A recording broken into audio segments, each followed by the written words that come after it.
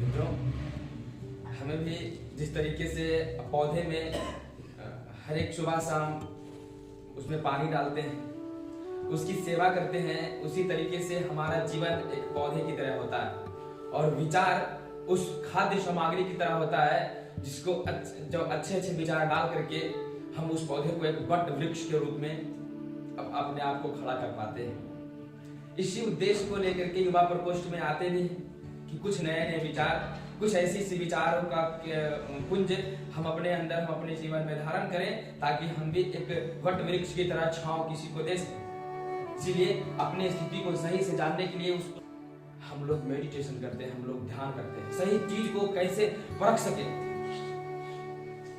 एक सच्चा योद्धा, एक सच्चा लड़का और एक जिम्मेदार लड़का वही होता है, एक जिम्मेदार युवा वही होता है जो विचारों को अपने अंदर डाल करके उसे खंगालता है और खंगाल करके उसे जीवन का एक आधार बना लेता है और उसी पर जीवन पर्यंत चलते रहता है। इतिहास में स्वामी विवेकानंद को पढ़ा होगा, दयानंद सरस्वती को पढ़ा होगा, आपने सुभाष चंद्र बोस, भगत सिंह, राजगुरु, सुखदेव, चंद्रशेखर आजाद को पढ़ा होगा। उनका भी बॉडी कम नहीं था, नहीं, अब पढ़े में कमजोर भी नहीं थे।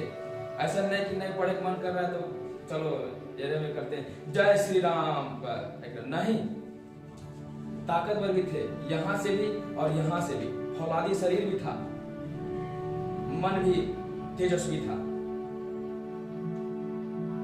हम लोग भी हैं जरा सा बुलेट वाला आवाज कर दिया तो करेगा 5 बार धड़कता है, कहीं हार्ट अटैक नहीं हो जाए। अभी देखते हैं हमारे फिल्म इंडस्ट्री के जो लोग होते हैं ज्यादा हार्ट अटैक से जब मरते हैं क्योंकि इतना धक धक में रहवे क्या है, धक धका के चल जाता है एक बार। तो हम सब भी वैसे ही करें तो फिर गड़बड़ा जाएगा। फौलादी शरीर। हमारे स्वामी विवेकानंद एक बात बोले थे कि यार गीता पढ़ो, लेकिन गीता पढ़ने से पहले फुटबॉल जाके खेल लो। 1 घंटा फुटबॉल खेलेगा, हृदय मजबूत रहेगा। जब हृदय मजबूत रहेगा, शरीर मजबूत रहेगा तो गीता भी समझने में अच्छा लगेगा, गीता भी समझ सकोगे अच्छा से। वरना रोगग्रस्त रहोगे और गीता को समझोगे, ये संभव नहीं है। कोई व्यक्ति जो रोगग्रस्त हो, कोई स्टूडेंट रोगग्रस्त हो और वो कुछ हाथ कर ले, संभव है? आप देखते होंगे, कई लड़कों को देखते होंगे 10 घंटा 15 घंटा पढ़ता है लेकिन वो उसे याद नहीं होता, वो याद नहीं कर पाता है। इसका वजह यही रहता है तो कहीं ना कहीं वो मानसिक या तो शारीरिक रूप से कमजोर होता है।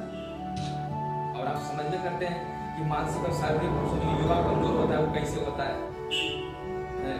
मन जले तेने डोले लगता है बिना हवा के, आंधी तूफान आ जाता है। वो आंधी तूफान को कैसे कंट्रोल करके हम उसका सदुपयोग कर सकें, इसीलिए युवा प्रकोष्ठ में बुलाया जाता है।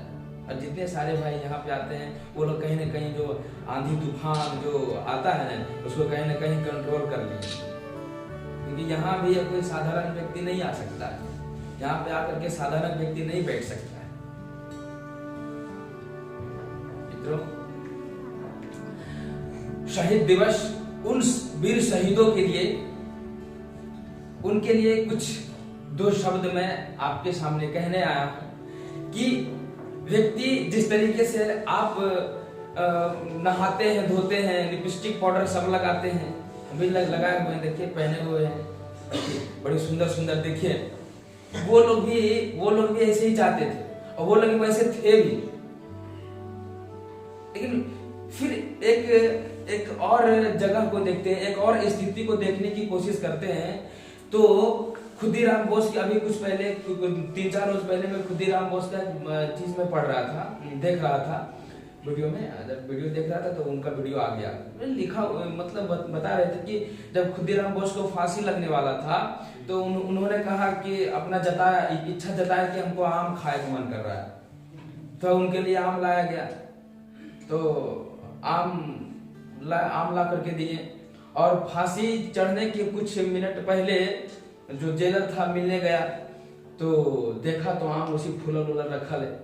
तो खुदीराम बोस बोले कि अरे भाई तूने आम मंगाया था तो आम खाया नहीं, तूने आम मंगाया था तूने आम खाया नहीं। तो खुदीराम बोल क्या कहा नहीं खाए, देखिए तो छू करके आमा, तो आमा छूता ना तो आमा पिचक जाता।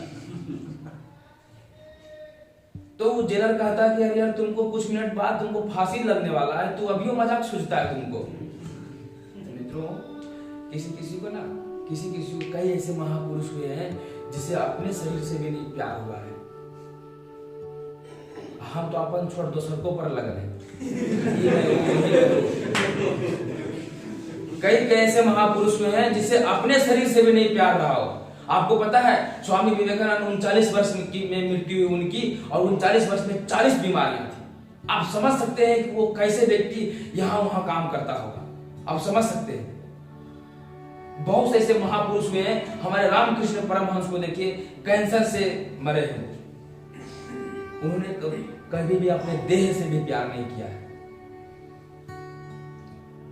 हम लोग बॉडी बनाने में लगा जरूरी है, नहीं लगे तो फिर फौलादी शरीर रहना जरूरी है। लेकिन ये किस लिए? ये शरीर भी किस लिए? इस शरीर भी किस लिए? मां भारती की सेवा करने की, दिखावे लिए नहीं, फिर गड़बड़ा जाएगा। क्यों? यही भावना जिस दिन हम सब भाइयों के अंदर आ जाए, है ना, ये शरीर भी जो फौलादी बना रहे हैं, मन मस्तिष्क को जो मजबूत कर रहे हैं ना, ये भारत माँ की सेवा के लिए कर रहे हैं।